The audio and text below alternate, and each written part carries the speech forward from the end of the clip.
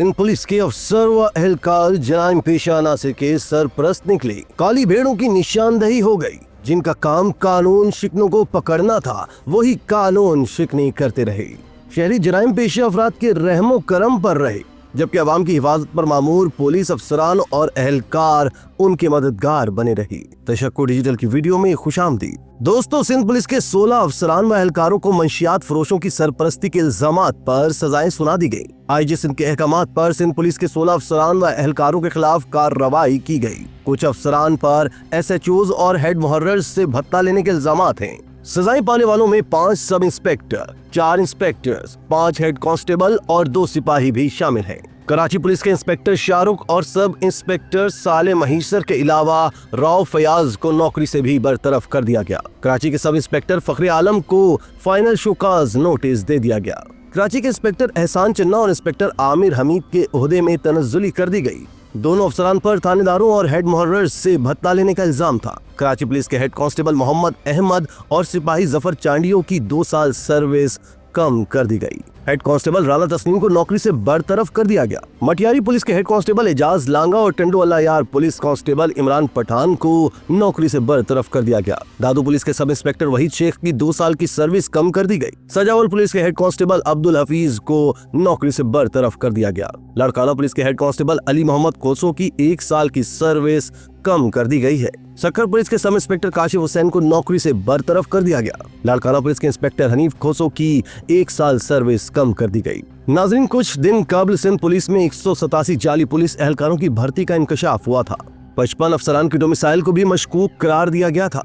Chairman Nisar Ahmad खोड़ो की ज़ेर सदारत सिंध असेंबली की पब्लिक अकाउंट्स कमेटी के इजलास में सिंध पुलिस के हिसाबात पर बहस हुई और पुलिस के खानों में बेज़ाब्तगियों का भी जिक्र हुआ। इजलास के दौरान सिंध पुलिस में 187 जाली पुलिस एहलकारों की भर्ती का इंकशाफ हुआ और सिंध पुलिस में 55 अफसरान की डोमिसाइल को भी मशकूक करार दिया गया। आईजी सिंध ने इजलास के शुरका को ब्रीफिंग के दौरान बताया कि साल 2018 में कश्मीर में 187 जाली पुलिस एहलकार भर्ती किए गए, जो सिंध पुलिस से तनख्वाह लेते रहे हैं, जबकि पुलिस एहलकारों की भर्ती में मुलव्विस पुलिस अफसरान को जेल भेजा गया। गुलाम नबी मेमन ने बताया कि इस वक्त ये मामला एंटी करप्शन में ज़ेर इल्तवा है, जिस पर निसार अहमद खोड़ो ने कहा कि एंटी करप्शन कोर्ट के फैसले तक मामले पर कोई फैसला नहीं करते। आईजी सिंध ने कहा कि सिंध पुलिस के 55 अफसरान की डोमिसाइल मशकूक करार दिए गए क्योंकि उनके शनाख्ती कार्ड सिंध के अजला से नहीं थे। हम वाक़े की तहकीकात करेंगे। दोस्तों, यही नहीं, सिंध पुलिस के आला अफसरान के दरमियान चपकलिश, एक दूसरे पर संगीन इल्जामात लगाने के सिलसिले भी जारी रहते हैं। DIG सक्खर और SSP घोटकी की जानिब से एक दूसरे पर मुबैना तौर पर कच्चे के डाकुओं के साथ रवाबित के इल्जामात सामने आने के बाद दोनों अफसरान को उनके ओहदों से हटा दिया गया था। दूसरी तरफ आलम यह है कि कराची में लूट मार और स्ट्रीट क्राइम्स की वारदातें आउट ऑफ कंट्रोल हो चुकी हैं। दिन दिहाड़े वारदातें हो रही हैं। स्ट्रीट क्राइम की सूरत हाल अब काबू से बाहर है। बेलगाम डाकुओं और स्ट्रीट मुजरिमों ने शहरियों के ज़हनी सुकून को तबाह कर रखा है। अब तो सफाकी का ये आलम है कि ये मासूम शहरी डाकुओं के सामने चाहे मज़ाहमत ना भी करें। ये संग दिल डाकू इंसान को जान से मारना अपना शुगल मेला समझते हैं। मासूम नौजवानों की जिंदगियों की चिराग गुल करना उनके लिए कोई मुश्किल ही नहीं। कराची में बेखौफ डाकुओं को लगाम डालने वाला कोई नहीं।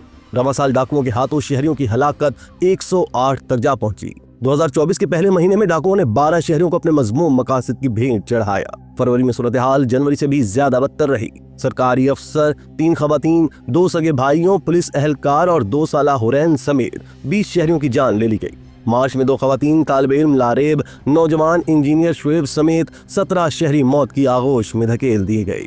अप्रैल में मोहम्मद शख्स, साबिक डायरेक्टर स्टेट बैंक और खातून समेत 19 शहरी डाकुओं का निशाना बने। मई में डाकुओं ने साइड सुपर हाईवे और लांडी में 2 शहरियों से जिंदगी छीन ली। डाकुओं ने जून में होनहार तालिब इल्म व इंजीनियर अतका और फ्लोर मिल मालिक समेत 10 शहरियों की जिंदगी का खात्मा कर दिया।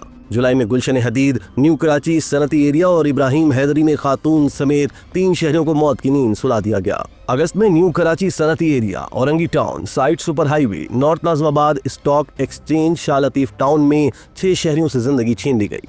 सितंबर में डाकुओं ने 2 पुलिस एहलकारों और मेहनत कशों समेत 9 शहरियों को मौत के घाट उतारा। अक्टूबर में पुलिस एहलकार अब्दुल गफ्फार समेत 6 शहरियों से जिंदगी छीनी गई। नवंबर में डाकुओं ने औरंगी टाउन, हैदरी में 2 अफराद और 27 नवंबर को भैंस कॉलोनी में मजहर की जान ली। नाज़रीन, माहिरीन नफ्सियात के मुताबिक नौजवानों की जराइम की दुनिया में आने की मुख्तलिफ वजूहात हैं। सबसे पहली वजह तो उनको बचपन ही में जुर्म से भरा माहौल मिलना है, क्योंकि माहिरीन नफ्सियात का कहना है कि इंसानी जहन आमतौर पर मनफियत का असर जल्द कबूल करता है। लाशऊरी में देखी गई और सुनी गई चीजें दिमागों में महफूज हो जाती हैं। फिर जब माशरे में कम पढ़े लिखे और कच्चे जहन के नौजवान ग्लैमर और चमकती दुनिया देखकर यकलख्त उसे हासिल करना चाहते हैं, उन्हें इसके हसूल के लिए जब कोई मस्बत रास्ता नजर नहीं आता तो जल्द हासिल करने की कोशिश में अपने सल्फी जज्बात से मगलूब होकर ये नौजवान जराइम की दुनिया में कदम रख देते हैं। इस सिलसिले में जहाँ एक तरफ मुआशरा कसूरवार है, घरेलू तरबियत कसूरवार है, वहाँ हमारी हुकूमत और इदारे भी कसूरवार है। हुकूमत को चाहिए कि नौजवानों को कागजी डिग्रियां थमाने के बजाय हुनर की डिग्रियां थमाई जाए, ताकि नौजवान ना बेरोजगार हो और ना ही फारिग कि उनकी फरागत उन्हें मनफी सरगर्मियों की तरफ लेकर जाए। गवर्नमेंट ज्यादा इंडस्ट्रीज लगाए जहां हर तरह का तालीमी म्यार रखने वालों को नौकरियां मिल जाए। पुलिस और अदालतें अपनी अपनी जिम्मेदारी अदा करें, क्योंकि जहां भी जराइम के अड्डे मौजूद हैं पुलिस अक्सर उनसे आगाह होती है। अगर ये मुजरिम पकड़े भी जाएं तो पुलिस वाले अदालत जाने की कम ही नौबत आने देते हैं, खुद ही मुकमुका कर लेते हैं। लेकिन अगर कभी अदालत जाने की नौबत आ भी जाए तो अदालत केस को जल्द निपटाने और मुजरिमों को सजा देने की बजाय मामले को मजीद तूल देती है। इसलिए लोग थाने कचहरियों के चक्रों से डरते हैं और ख्वारी से बचने के लिए 70% मुतासरीन तो रिपोर्ट ही नहीं लिखवाते। मगर जो लोग थाने में रिपोर्ट दर्ज करवा देते हैं वो भी रिश्वत और बेमकसद चक्रों से घबरा कर बिलाखिर खामोश ही हो जाते हैं। अगर हम अपने माशरे को खौफ व हरास से अमन अमान में मुंतकिल करना चाहते हैं तो हमारे घरों और इदारों दोनों को अपनी जिम्मेदारी पहचान कर अपना अपना किरदार अदा करना होगा।